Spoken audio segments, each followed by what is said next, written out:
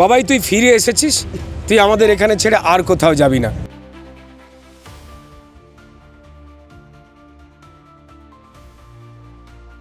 শিবপুর কেন্দ্র থেকে নাম ঘোষণার পরে প্রচারে নেমে পড়েছেন রুদ্রনীল ঘোষ।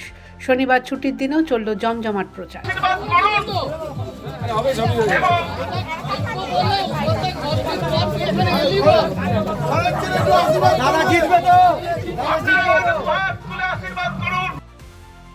তার জন্মস্থান শিবপুরের বিভিন্ন এলাকায় ঘুরে ঘুরে প্রচার চালানোর সময় রীতিমতো আবেগপ্রবণ হয়ে পড়েন তিনি।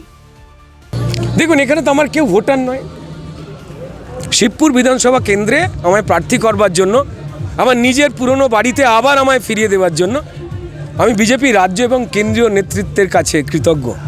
এবং সবথেকে বড় কথা, যখন এটা ঘোষণা হয় তখন আমার সবার আগে ফোন বাজে আমার হাওড়া যত বিজেপি কার্যকর্তা ভাই রয়েছে তাদের থেকে বেশি দলমত নির্বিশেষে হাওড়ার সাধারণ মানুষের, যারা কোনো রাজনীতি করেন না, তারা একটাই কথা বলে, বাবাই তুই ফিরে এসেছিস, তুই আমাদের এখানে ছেড়ে আর কোথাও যাবি না, আমার ঘরে ফেরার সময় হয়েছে। দিলেন রাজনৈতিক বার্তাও। ডেফিনেটলি প্রত্যেকেই আসবেন, কারণ পশ্চিমবঙ্গকে পশ্চিম বাংলাদেশ বানিয়ে আমার রাজ্যের, আমার দেশের যারা হিন্দু মুসলমান রয়েছে তাদের ভাত বিদেশিদের কাটতে দেব না, উগ্রবাদীদের কাটতে দেব না। ভারতবর্ষকে এই পশ্চিমবঙ্গ আর বাংলাদেশের গেট দিয়ে আতঙ্কবাদীদের নিশ্চিন্ত ডেরা করবার যে স্বপ্ন তৃণমূল দেখেছিল তা বাস্তবায়িত হতে শুধু আমরা দেব না নয়, পশ্চিমবঙ্গের মানুষ দেবেন না।